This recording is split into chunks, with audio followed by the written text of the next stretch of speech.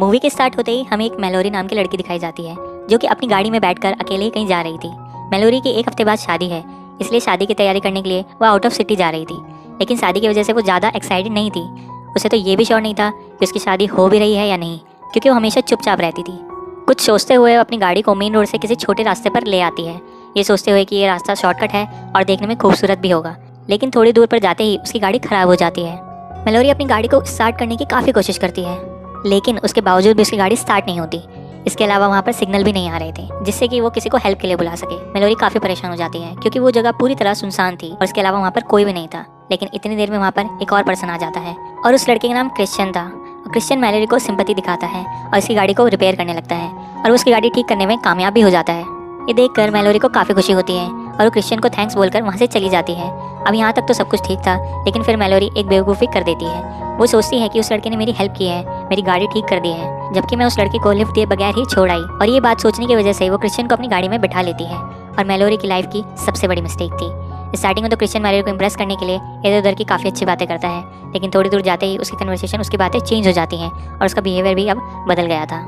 वो मैलोरी से अजीबोगरीब बातें करने लगा। मैलोरी समझ चुकी थी कि वो किस टाइप का इंसान है और वो क्या चाह रहा है, इसलिए वो गाड़ी रोक लेती है और क्रिश्चियन को गाड़ी से उतरने के लिए कहती है। लेकिन वो इतनी आसानी से गाड़ी से उतरने वाला नहीं था और मैलोरी को भी इस बात का अंदाजा नहीं था कि वो इतनी बड़ी मुसीबत में फंस चुकी है। क्रिश्चियन जल्दी से अपना नाइफ निकाल लेता है और मैलोरी को नाइफ दिखाकर उसे कहीं ले जा रहा था। अब जान बचाने के लिए मैलोरी को उसकी बात माननी पड़ रही थी, लेकिन तभी मैलोरी देखती है कि क्रिश्चियन ने अपनी सीट बेल्ट नहीं लगाई हुई है और यही मौका था मैलोरी के पास अपनी जान बचाने का। मैलोरी एक कर्व से अपनी गाड़ी को खाई में फेंक देती है, जहाँ पर जाकर गाड़ी बुरी तरह क्रैश हो जाती है, जिसमें मैलोरी बच जाती है। लेकिन मुसीबत तो ये है कि वो गाड़ी से निकल नहीं सकती थी क्योंकि उसका पैर सीट में बुरी तरह फंस चुका था।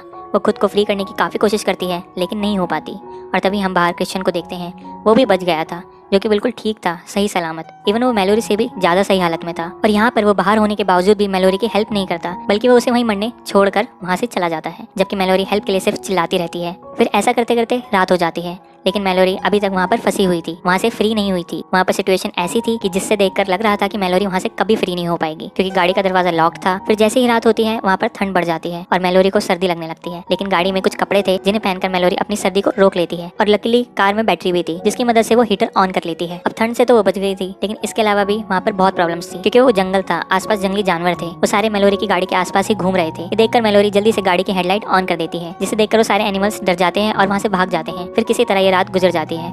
लेकिन मैलोरी के लिए अब मुसीबत बढ़ गई थी, क्योंकि उसके पास पीने के लिए बहुत थोड़ा सा पानी था और खाने के लिए तो कुछ भी नहीं था। फिर ऐसा करते करते रात हो जाती है और रात से अगली सुबह। लेकिन अभी भी मैलोरी वहीं पर फंसी हुई थी और वो अभी तक फ्री नहीं हो पाई थी। लेकिन मैलोरी को बचने की कोई उम्मीद भी नजर नहीं आ रही थी। उसके हालात पहले ही काफी खराब थे, लेकिन उसे परेशान करने के लिए वहाँ पर क्रिश्चियन आ जाता है, जो कि अच्छी हालत में था, खुश था। वो मैलोरी को बताता है कि कुछ दूरी पर ही मुझे एक कैबिन मिला है, जो कि फिलहाल खाली है, लेकिन वहाँ पर एक फैमिली रहती है जो कि घर पर नहीं है, कहीं पर गए हुए हैं। क्रिश्चियन अपने साथ वहाँ पर खाना भी लाया होता है, लेकिन वो खाना वो मैलोरी के लिए नहीं लाया था, बल्कि वो खाना वो उसके सामने बैठकर खाने के लिए लाया था। वो देखता है कि मैलोरी की कंडीशन लगभग मरने के करीब है, इसलिए वो वहाँ से चला जाता है और ऐसा करते करते रात हो जाती है। मैलोरी को अपनी गाड़ी में से एक लाइटर मिलता है और रात गुजारने के लिए वो उस लाइटर से आग जला लेती है। फिर हम देखते हैं कि कितनी मुश्किल से कई देर बाद जाकर मैलोरी को नींद आती है, लेकिन थोड़ी देर सोने के बाद ही उसे जगना पड़ जाता है, क्योंकि उसकी बॉडी पर चूहे चल रहे थे।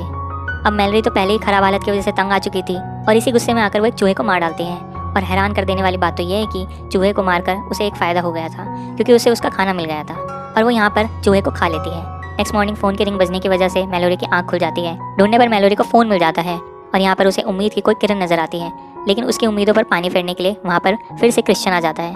मैलोरी को जब रियलाइज़ होता है कि वहाँ पर क्रिश्चियन आ गया है, तो अपने फ़ोन को छुपा लेती है। क्रिश्चियन बताता है कि कैबिन में रहने वाले लोग अपने घर में वापस आ गए थे, लेकिन मैंने उन्हें कैद कर दिया है उन्हीं के घर पर। वो मैलोरी को कहता है कि तुम्हें मुझसे डरने की कोई ज़रूरत नहीं है, मैं तो आज तुम्हारी हेल्प के लिए आया हूँ। फिर वो प्रूव करता है कि वो किस तरह से मैलोरी की हेल्प करने आया है। सबसे पहले वो मैलोरी से उसका मोबाइल स्नैच करता है, क्योंकि उसने मैलोरी को देख लिया था फ़ोन छुपाते हुए। और फिर वो मैलोरी को 100 देता है और बताता है कि ये तुम्हारी हेल्प है। फिर मैलोरी बताती है कि ये 100 दरवाजे को नहीं काट सकती, जिस पर क्रिश्चियन कहता है बिल्कुल ठीक कह रही हो तुम, इस 100 से दरवाज़ा नहीं कट सकता। और ये 100 मैं दरवाज़ा काटने के लिए लाया भी नहीं हूँ, बल्कि ये 100 मैंने तुम्हें इसलिए दी है ताकि तुम अपना पैर काटो और आज़ाद हो जाओ, क्योंकि आज़ाद होने के लिए उसके पास सिर्फ यही ऑप्शन है। ये कहने के बाद क्रिश्चियन वहाँ से चला जाता है। अब मैलोरी किसी भी हालत में आज़ाद होना चाहती थी, लेकिन उसमें इतनी हिम्मत, इतना हौसला नहीं था कि वो अपना पैर अपने हाथों से ही काट ले। रात में मैलोरी को काफ़ी प्यास लगती है और प्यास की वजह से उसकी मरने वाली हालत हो रही थी। लेकिन यहाँ पर मैलोरी की खुशकिस्मती ये होती है कि वहाँ पर बारिश होने लगती है, यानी कि उसे अब प्यासा मरना नहीं पड़ेगा और उसे पीने के लिए इतना सारा पानी मिल जाता है। तभी मैलोरी जल्दी से रेडियो ऑन करती है जिसमें बताया जाता है कि इतनी सारी तूफानी बारिश आने की वजह से फ्लड आ गया है और सारे रोड पानी होने की वजह से भर गए हैं और ट्रैफिक की वजह से भी। इसलिए जो लोग ड्राइव कर रहे हैं वो मेन रोड से छोटे रोड पर जा रहे हैं, यानी वो रोड जहाँ पर मैलोरी फंसी हुई है अब वहाँ पर भी कार्स आएंगी। यहाँ पर एक बार फिर से मैलोरी को उम्मीद नजर आती है कि वहाँ कोई तो आएगा तो उसकी हेल्प करेगा। और वहाँ पर एक गाड़ी आकर रुकती है, लेकिन वो गाड़ी किसी और की नहीं बल्कि क्रिश्चियन की होती है। उसे देखकर मैलोरी को एक आइडिया आता है। वो उस मरे हुए चूहे का खून अपने पैरों पर लगाती है और वो ऐसा रिएक्ट करती है कि जैसे वो मर गई हो, और ऐसा इसलिए कर रही थी ताकि क्रिश्चियन ये समझे कि मैलोरी अपना पैर काटने के दौरान ही मर गई। और होता भी ऐसा ही है। क्रिश्चियन समझता है कि मैलोरी सच में मर गई अपना पैर काटते वक्त, इसलिए वो मैलोरी की गाड़ी के पास आता है, लेकिन वो मौके का फायदा उठाकर उसे स्टैब कर देती है और बाद में उसकी गाड़ी की चाबी भी ले लेती है और उसकी गाड़ी को लॉक करके वो चाबी को दूर फेंक देती है। उसने ऐसा इसलिए किया था ताकि उसकी रुकी हुई गाड़ी को देखकर कोई तो हेल्प करने के लिए वहाँ पर आएगा, लेकिन तभी जल्दी से क्रिश्चियन वहाँ से बाहर निकल आता है। इतनी देर में वहाँ पर एक पुलिस की गाड़ी भी आती है।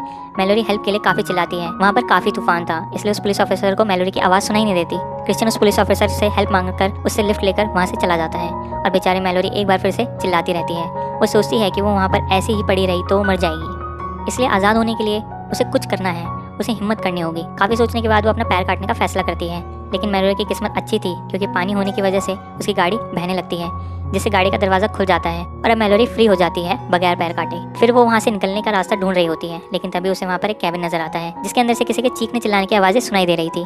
और ये वही कैबिन था जिसके बारे में क्रिश्चियन बता रहा था, और यहाँ पर डेफिनेटली क्रिश्चियन है। मैलोरी का रास्ता बिल्कुल साफ था, वो जान बचाकर वहाँ से भाग सकती थी, पर वो ऐसा नहीं करती बल्कि वो कैबिन की तरफ बढ़ती है और उसे पता चलता है कि यहाँ बहुत सारे ट्रैप्स लगाए गए हैं। वो देखती है कि कैबिन के मालिक को क्रिश्चियन ने मार दिया है। इसके अलावा जिस पुलिस ऑफिसर की लिफ्ट लेकर क्रिश्चियन वहाँ पर आया था उसको भी मार दिया है, और अब उसने कैबिन में रहने वाली एक लड़की को पकड़ा हुआ है और उसे बांधा हुआ है। तब मैलोरी चुपके से उसे फ्री कर रही होती है, लेकिन तभी वहाँ पर क्रिश्चियन आ जाता है। लेकिन यहाँ पर मैलोरी ने एक समझदारी की थी, उसने पहले उस पुलिस ऑफिसर की गन उठा ली थी। यहाँ पर मैलोरी और क्रिश्चियन के बीच काफी फाइट होती है और इस बीच मौके का फायदा उठाकर मैलोरी क्रिश्चियन को गिराने में कामयाब हो जाती है और क्रिश्चियन जाकर सीधा एक ट्रैप में गिरता है, जिससे उसका पैर एक ट्रैप में फंस जाता है और तो और वो इंजर्ड भी है और उसकी हालत खराब भी है। और यहाँ पर मैलोरी क्रिश्चियन की हेल्प करती है, एक वैसे ही जैसे क्रिश्चियन ने उसकी की थी। वो क्रिश्चियन को एक नाइफ देती है और उसे कहती है कि बचने का सिर्फ यही एक रास्ता है, नाइफ से अपना पैर काटो और आज़ाद हो जाओ। लेकिन नाइफ से पैर काटना काफ़ी तकलीफदेह था, काफ़ी मुश्किल था, और ये कहने के बाद मैलोरी उसे मरने के लिए छोड़कर उस लड़की के साथ वहाँ से चली जाती है। फिर हम क्रिश्चियन को देखते हैं जो कि अपनी आखिरी सांसें गिन रहा था और वो मरने वाला था, और देखते ही देखते क्रिश्चियन मर जाता है। यानी कि इसका मतलब यह है कि मैलोरी ने अपना रिवेंज ले लिया था, और इससे हमें ये पता चलता है कि जो जैसा करेगा उसको लास्ट में वैसा ही मिलेगा। और यहीं पर ये मूवी एंड हो जाती है।